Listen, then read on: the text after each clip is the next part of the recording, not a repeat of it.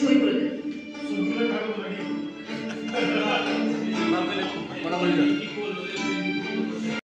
অল্প সময়ে স্বল্প খরচে এবং অতি সহজে বিরোধ ও বিবাদ নিষ্পত্তির সৃষ্টির লক্ষ্যে গ্রাম আদালত কার্যক্রম সক্রিয়করণ প্রকল্পের আওতায় সভা অনুষ্ঠিত হয়েছে।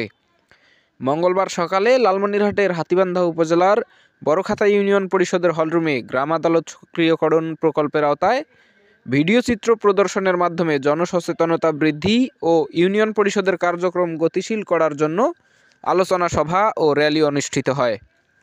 র্যালি ও আলোচনা সভায় বড়খাতা ইউনিয়ন পরিষদের panel chairman Anwar Hossain, UP প্রশাসনিক কর্মকর্তা মাহবুব আলম, গ্রাম আদালত সক্রিয়করণ তৃতীয় পর্যায় প্রকল্পের উপজেলা সমন্বয়কারী জাহাঙ্গীর ইসলাম, বড়খাতা ইউনিয়ন পরিষদের সকল ইউপি সদস্য, সংরক্ষিত মহিলা সদস্য ও গ্রাম পুলিশ সদস্যগণ উপস্থিত ছিলেন।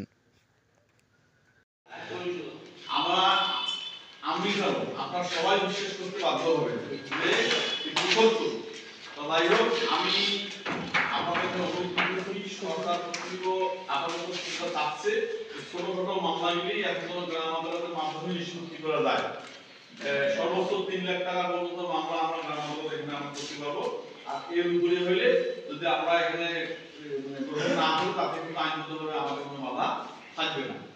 আমরা যারা এখানে আসি, আমি মেম্বার, এরকম আমরা 12 জন মেম্বার আছি, পাশাপাশি চেয়ারম্যান মহোদয় সহ এই 13 জন যে এখানে মানে আমাদের যে বডি, আমি অনুরোধ করবো যে আমাদের যে 9টি ওয়ার্ড আছে, 9টি ওয়ার্ডের যে কোনো সমস্যা কিন্তু ঘটতেই থাকে।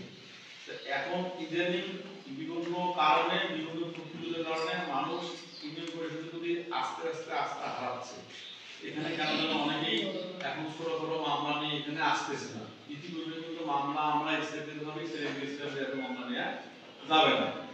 গত মাসিক মিটিং এ আমাদের গ্রাম আদালতের যিনি আমাদের দায়িত্বে আছেন, এই ভাই মাসিক মিটিং এ উত্থাপন করছিল, মহোদয় ছিলেন, উনি বলছিলেন যে আস্তে আস্তে গ্রাম আদালতের প্রতি মানুষের আস্থা হারাচ্ছে।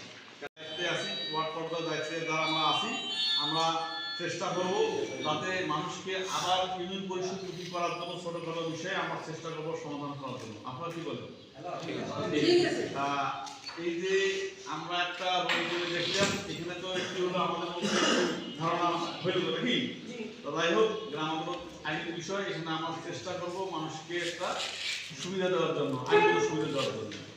আমি আমার বক্তব্য বাড়াবো না, আমি অনুরোধ করতেছি আমরা সবাই আজকের পর থেকে আমাদের ওয়ার্ডে যে সমস্ত ঘটনা ঘটে আমরা চেষ্টা করবো গ্রাম আদালতের মাধ্যমে নিষ্পত্তি করার জন্য।